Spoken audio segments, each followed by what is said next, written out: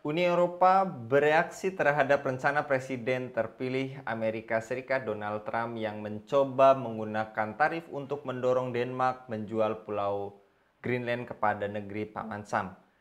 Jika Trump mendorong tarif terhadap Denmark, ia akan menghadapi potensi komplikasi dengan penerapannya. Salah satunya lewat instrumen anti pemaksaan yang menangani pemaksaan ekonomi dari negara lain.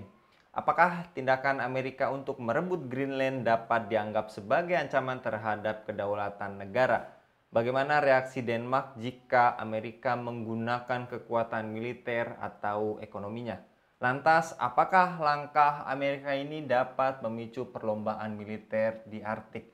Kita bahas bersama Bung Hasbi Aswar dari Geopolitical Institute. Kita sapa terlebih dahulu. Assalamualaikum warahmatullahi wabarakatuh, Bung Hasbi. Assalamualaikum warahmatullahi wabarakatuh, Bung Anggi. Terkait lagi-lagi kegaduhan yang dibuat oleh Presiden terpilih Amerika Serikat Donald Trump yang juga mengatakan akan mengincar Greenland dari Denmark. Sejak 2019 bahkan Trump sudah menggaungkan ide tersebut.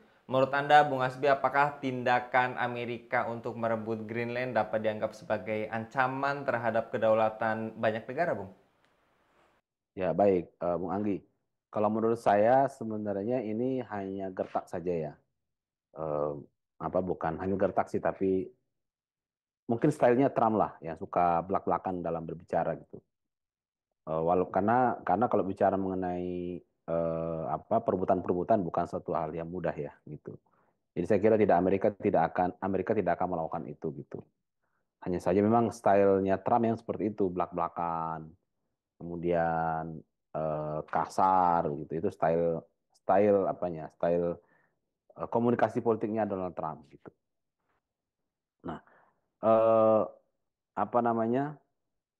Tadi seperti yang Bu Anggita katakan ya, kalau memang seandainya nih itu dilakukan pasti akan memancing banyak hal gitu ya. Apalagi Denmark ini kan bagian dari anggota NATO juga. Terus Denmark ini berada di wilayah Eropa, kemudian ketika dicaplok-caplok, ya pasti negara-negara Eropa yang lain pasti akan bereaksi keras, dan kemudian saya kira Jerman dan Prancis juga sudah bereaksi dengan isu ini. Terus kemudian juga kondisi internal Amerika juga tidak memungkinkan untuk itu. Jadi saya kira pembahasan tentang prediksi apakah Amerika akan mencaplok Greenland misalnya, saya kira belum menjadi pembahasan yang penting gitu untuk saat ini gitu. Itu hanya menurut saya hanya bualan politiknya Trump, atau apa atau stylenya Trump di dalam berdiplomasi atau dalam berkomunikasi secara politik. Eh, Bung Anggi gitu. Kemudian bagaimana reaksi Eropa yang tadi juga Anda katakan Denmark ini bagian dari anggota NATO serta Rusia jika Amerika menggunakan kekuatan militer atau ekonomi? Apakah langkah Amerika ini dapat memicu perlombaan militer, Bung? Nah, sebenarnya yang penting untuk kita lihat sebenarnya gini, Bang Anggi. Apa sih konteks dari pernyataan-pernyataan atau niat dari Trump tersebut gitu ya. Itu yang menurut saya penting konteksnya, bukan dari apa yang Trump katakan tapi konteks dari mengapa Trump mengatakan ini gitu. Nah, beberapa tahun terakhir lah kita bisa melihat ya, atau mungkin beberapa dekade terakhir memang eh, kita kan melihat ada apa? Ada persaingan yang ketat gitu antara Amerika Serikat kemudian Rusia khususnya di wilayah Eropa. Dan dan saya kira pecahnya perang Ukraina ini kan juga bagian dari persaingan politik itu antara Amerika dan Rusia di situ, khususnya di Eropa Timur. Nah, Greenland ini, Bung Anggi, kalau pemirsa sekalian ya melihat di peta itu kan sebuah pulau yang sangat besar yang itu mengantarai atau yang berada di tengah-tengah antara Eropa dan Amerika Serikat gitu. Nah, Greenland ini itu ada di perairan Arktika ya, atau di Samudra Arktika, dan dia berbagi dengan Eropa dan Rusia di situ. Itu Eropa Barat dan Eropa Timur. Nah, dan Rusia ini, Bung Anggi, itu tuh sudah di laut wilayah utaranya Rusia yang itu berhubungan langsung dengan Greenland. Itu memang sejak tahun 2022 itu menjadikan wilayah utaranya Rusia itu, lautnya ya, itu menjadi pusat pembangunan kekuatan angkatan lautnya Rusia. Bahkan dikatakan sekitar 3/4 kekuatan angkatan laut Rusia itu ada di wilayah utara situ, gitu. Yang di situ ada berbagai macam teknologi canggih yang dibangun, kemudian kekuatan nuklir angkatan laut di situ, kemudian ada apa namanya, ada kekuatan intelijen dan macam-macam radar dan lain-lain sebagainya. Jadi berbagai teknologi pertahanan ada di sana, bukan? Dan ini yang sebenarnya menjadi concern utamanya Trump, saya kira, atau Amerika Serikat itu, bahwa ketika Rusia itu tidak dibendung atau tidak apa tidak Amerika tidak melakukan langkah-langkah yang strategis untuk menghadapi militerisasi militerisasi Rusia di wilayah Arktik, maka ini akan mengancam kepentingan keamanan atau pertahanannya Amerika Serikat. Nah, sementara Greenland ini, Bung Anggi, walaupun memang di wilayah utara Greenland itu ada pangkalan militer Amerika ya, tapi sejauh yang saya tahu itu masih berfungsi sebagai ini, eh, sebagai pengawas aja gitu ya, sebagai pangkalan militer untuk mengawasi aktivitas-aktivitas yang bisa mengancam kepentingan keamanan Amerika Serikat. Nah, saya melihat Trump ini kelihatannya tidak puas dengan itu. Gitu. Ya kan, kalau cuman apa, cuman untuk memonitoring berbagai aktivitas militer, saya kira Trump tidak menginginkan itu.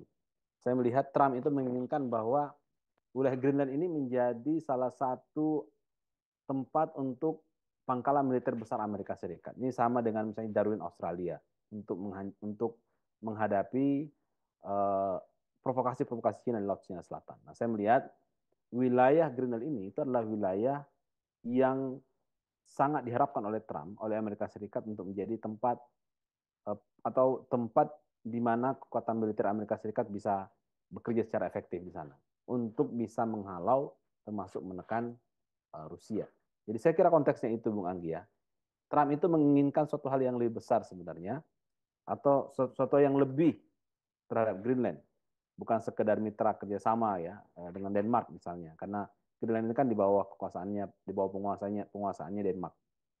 Termasuk bukan cuman jadi tempat sebagian dari apa aktivitas militer Amerika di hanya sebagai pengawasan, tapi saya melihat Amerika ingin membangun kekuatan militer ofensif di sana yang sifatnya ofensif, bukan saja defensif di Greenland.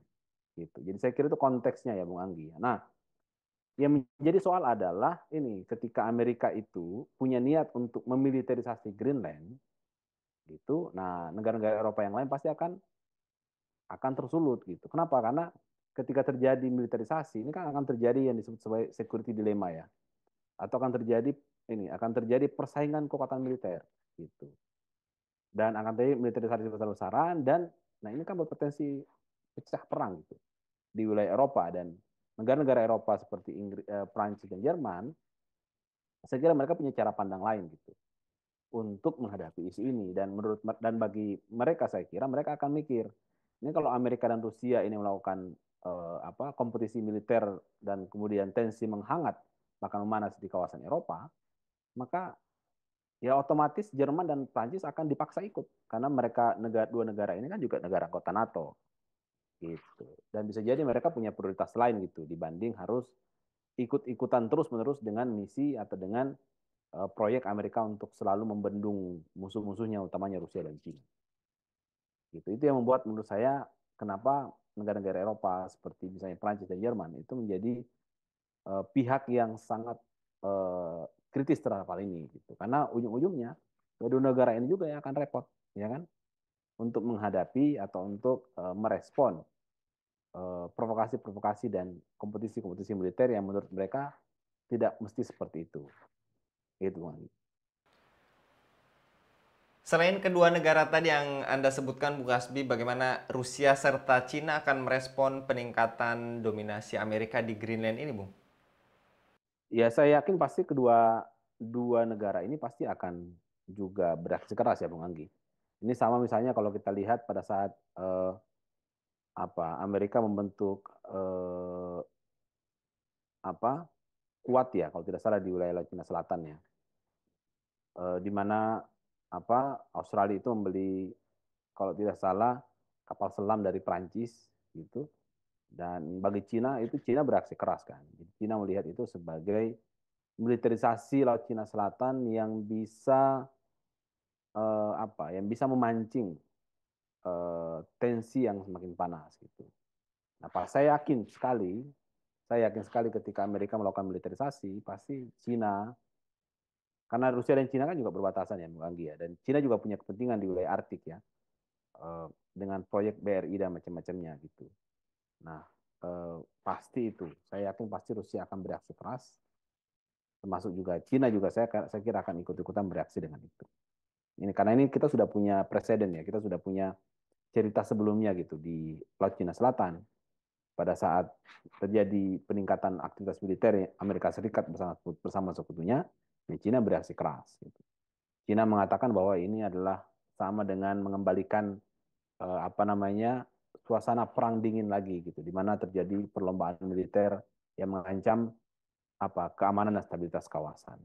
Dan kalau kita lihat, kurang lebih sama Bung Anggi ya. Ini kan bicara politik kawasan ya. Karena Amerika melakukan militerisasi, meningkatkan aktivitas militer di wilayah Asia Pasifik. Nah, negara-negara Asia Tenggara seperti Indonesia itu termasuk mengecam itu, gitu kan?